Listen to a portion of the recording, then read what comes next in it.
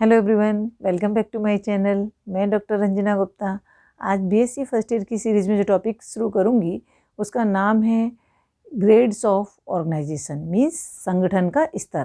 तो इसके अंदर हम देखेंगे जो एनिमल्स हैं उनका जैसे जैसे जो इवोल्यूशन हुआ है उसमें किस उनकी जो कॉम्प्लेक्सिटी हुई है या जो जटिलता उनके अंदर आई है, उस जटिलता के साथ साथ उनके अंदर जो डेवलपमेंट्स हुए हैं वो किस तरह से हुए हैं।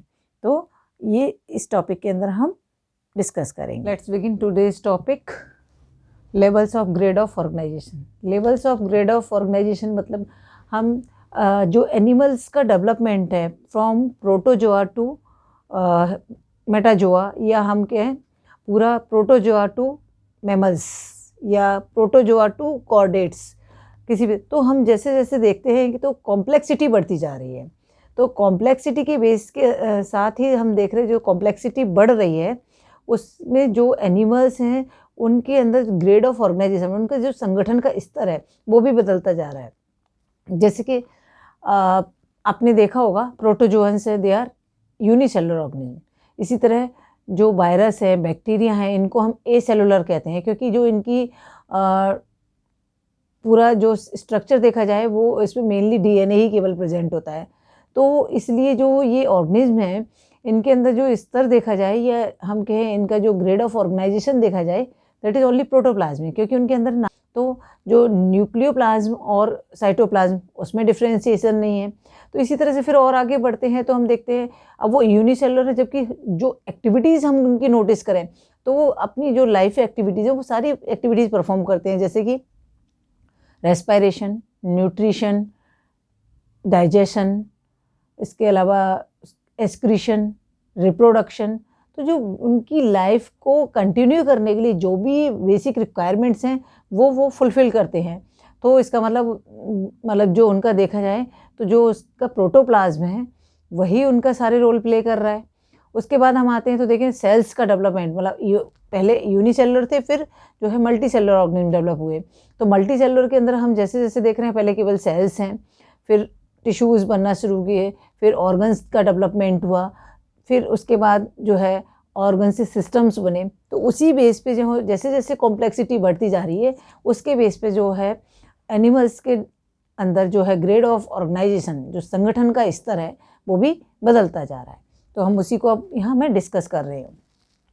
तो depending on the degree of complexity, मतलब जटिलता कितनी है उसके आधार पर जो हम देखें जो सेल्स हैं उनके अंदर स्पेशलाइजेशन होता जा रहा है इंडिविजुअली, और हर इस मतलब जो फाइलम है उसके अंदर हमें कुछ ना कुछ जो है थोड़ा सा चेंज दिखाई देता है। सेल्स भी बाद में मॉडिफाई हो जाती हैं, अलग अलग फंक्शनिंग उनके टाइप्स ऑफ सेल्स, जैसे हम अपने ह्यूमन बीइंग के अंदर ही देखें तो किडनी सेल्स हैं, they are different type, liver cells they are different type, intestinal cells they are different type. तो यहाँ भी फिर सिस्टम्स तो डेवलप हो गए लेकिन सेल्स भी जो है वो मॉडिफाई हैं या डिफरेंट टाइप की हैं जो अलग अलग टाइप के फंक्शंस को परफॉर्म कर रही हैं। तो उस यहाँ पर कॉम्प्लेक्सिटी के बेस पर ही जो है एनिमल्स को 5 कैटेगरीज के अंदर डिवाइड किया गया है। फर्स्ट है प्रोटोप्लाज्मिक और एसेलुलर, सेकंड है सेलुलर लेवल, थर्ड है cell tissue level, next tissue organ level, and last organ system level. Means protoplasmic level, फिर उससे सेल्स का डेवलपमेंट शुरू हो गया, फिर सेल से टिश्यू का फॉर्मेशन शुरू हो गया, फिर टिश्यू से ऑर्गन का फॉर्मेशन शुरू हो गया, और फिर ऑर्गन से सिस्टम्स, तंत्र जिन्हें हम कहते हैं, उनका डेवलपमेंट शुरू हो गया। तो सबसे पहले प्रोटोप्लाज्मिक लेवल ऑफ ऑर्गेनाइजेशन और एसेलुलर लेवल ऑफ ऑर्गेनाइजेशन। तो all activities are performed by a single cell, specialized cytoplasmic structure perform specific function. मतलब जो यहाँ पर केवल सिंगल सेल है वही सारे, या एसेलुलर ऑर्गेनिज्म उसके अंदर जो भी मटेरियल है, मीन्स डीएनए है या आरएनए है, वही मतलब उनकी लाइफ कंटिन्यू है। उसके अंदर यदि स्पेशलाइज प्रेजेंट हैं तो राइबोसोम्स वगैरह प्रेजेंट हैं, सारे जो रोल्स हैं वो जो प्रोटोप्लाज्म है वो परफॉर्म कर रहा है। तो इसीलिए यहाँ पर जो संगठन का स्तर है, यहाँ हम कहें ग्रेड ऑफ ऑर्गेनाइजेशन है, वो प्रोटोप्लाज्मिक लेवल है, और ये हमें प्रोटोजोन्स और एसेलुलर प्रोटिस्ट के अंदर देखने को मिलता है। उसके बाद आता है सेलुलर लेवल ऑफ ऑर्गेनाइजेशन। तो सेलुलर लेवल स्टार्ट होता है वहाँ से मल्टी सेलुलर। हमने जब मैंने क्लासिफिकेशन बताया था एनिमल किंगडम का तो उसके अंदर मैंने आपको बताए थे कि जो एनिमल किंगडम है उसको 3 कैटेगरी में डिवाइड किया गया है, that is protozoa, mesozoa and metazoa. तो जो मीसोजोआ है वहाँ पर हम देखें सेल्स का डेवलपमेंट तो है, लेकिन सेल्स जो है पूरी स्कैटर्ड फॉर्म में है। वो एक म्यूकसी सब्सटेंस के अंदर, मीसोग्लिया के अंदर जो है स्कैटर्ड फॉर्म में है, अरेंज्ड नहीं है, ठीक है, लेकिन सेल्स वहाँ प्रेजेंट है। तो मल्टी सेलुलर ऑर्गेनिज्म, लेकिन वो मल्टी सेलुलर क्योंकि मोर देन 1 सेल वहाँ प्रेजेंट है। तो multi cellular organism like mesozoans and parazoans. Parazoans में हमारे जो है पॉरीफेरा जो है पॉरीफर्स आ जाते हैं।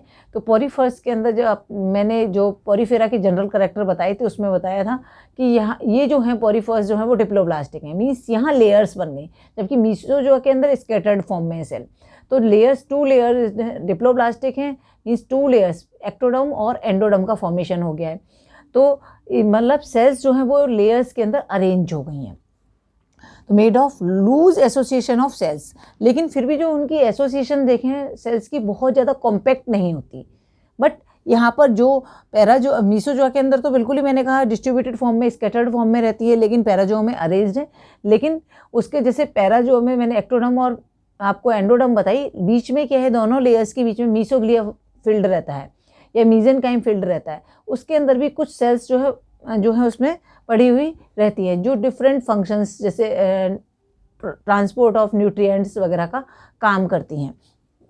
अब जैसे all cells are direct contact with the environment, यहाँ पर क्या होता है, जो ये सेल्स हैं वो डायरेक्ट एनवायरनमेंट के कांटेक्ट में रहती हैं, जिससे जो रेस्पिरेशन है, एक्सक्रीशन है, ये सब जो है ये रोल प्ले करती है डायरेक्ट उन्हें, क्योंकि जो पॉरीफर्स हैं वो क्या है एक्वेटिक एनिमल्स हैं। तो एक्वेटिक होने के तो उनके जो सराउंडिंग्स में क्या होगा, जो है वाटर होगा, और वाटर वो जो है उनके ऑस्टिया के थ्रू बॉडी के अंदर एंटर करता है। तो उसके अंदर जो है एक कैनाल सिस्टम प्रेजेंट होता है, तो जिससे जो उनकी most of the body cells में एक्टोडर्मल सेल्स जो है उसके वाटर के कांटेक्ट में आती हैं, और वो वाटर के कांटेक्ट में आने के बाद उससे वो जो एंडोडर्म लेयर है कोइनोसाइट, उस तक भी जो कैनाल सिस्टम के थ्रू उन तक पहुंचता है। कोइनोसाइट्स जो हैं वो वहाँ पर न्यूट्रिशन में रोल प्ले करती हैं। तो जो न्यूट्रिएंट्स को उस वाटर से रिसीव करने का काम, वो काम करती हैं कोइनोसाइट्स। तो यहाँ पर जो है देखा जाए तो जो चाहे एक्टोडर्म है चाहे एंडोडर्म है, दोनों ही जो है वाटर के कनेक्टेड में है, मीन्स सराउंडिंग वाटर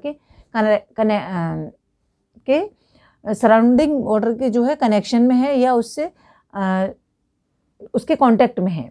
तो जिसकी वजह से जो सारे रोल हैं वो जो दोनों लेयर्स हैं, ये जो ये सेल्स हैं वो रोल प्ले करती हैं, चाहे वो एक्सक्रीशन हो, चाहे रेस्पिरेशन हो, चाहे न्यूट्रिशन में हेल्प करना हो या रिप्रोडक्शन हो, वो इन्हीं सेल्स के द्वारा perform. Cell tissue level, cell tissue level में सेल से टिश्यू का फॉर्मेशन हो जाना।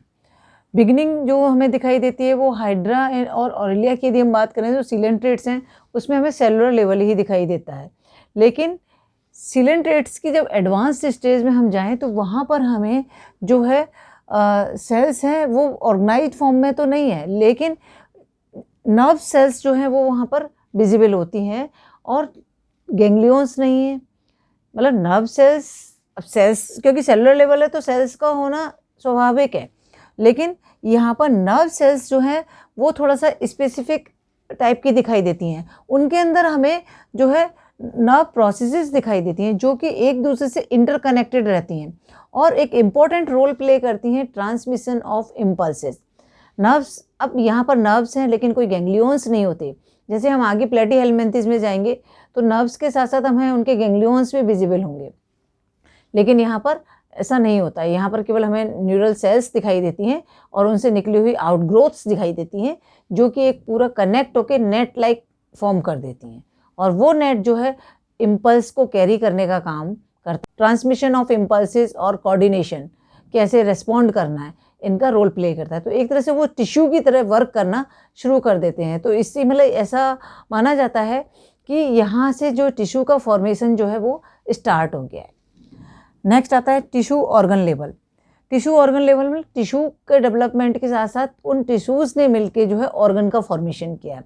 क्योंकि हम जो देखें तो इसी तरह से होता है कि पहले सेल से टिश्यू का फॉर्मेशन, टिश्यू से ऑर्गन का फॉर्मेशन, और ऑर्गन से जो है वो ऑर्गन सिस्टम बनते हैं। तो यहाँ पर अब टिश्यू से ऑर्गन का, तो they have number of well defined organs such as eye spot, gonads and etcetera.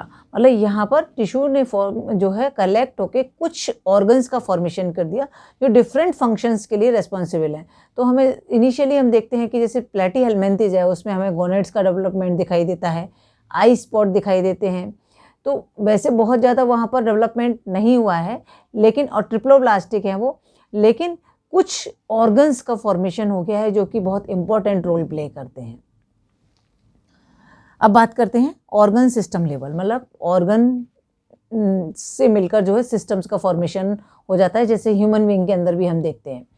तो हाईएस्ट लेवल ऑफ ऑर्गेनाइजेशन, ये हाईएस्ट लेवल ऑफ ऑर्गेनाइजेशन होता है, मीन्स जो कि several organs are associated to form a distinct system concern with specific function. जैसे कि हम अपने अंदर देखें, ह्यूमन बीइंग की बॉडी के अंदर देखें रेस्पिरेटरी सिस्टम, तो रेस्पिरेटरी सिस्टम की हम बात करें तो वहाँ पर इन्वॉल्व होता है हमारा नेजल कैविटी, ट्रैकिया, लंग्स।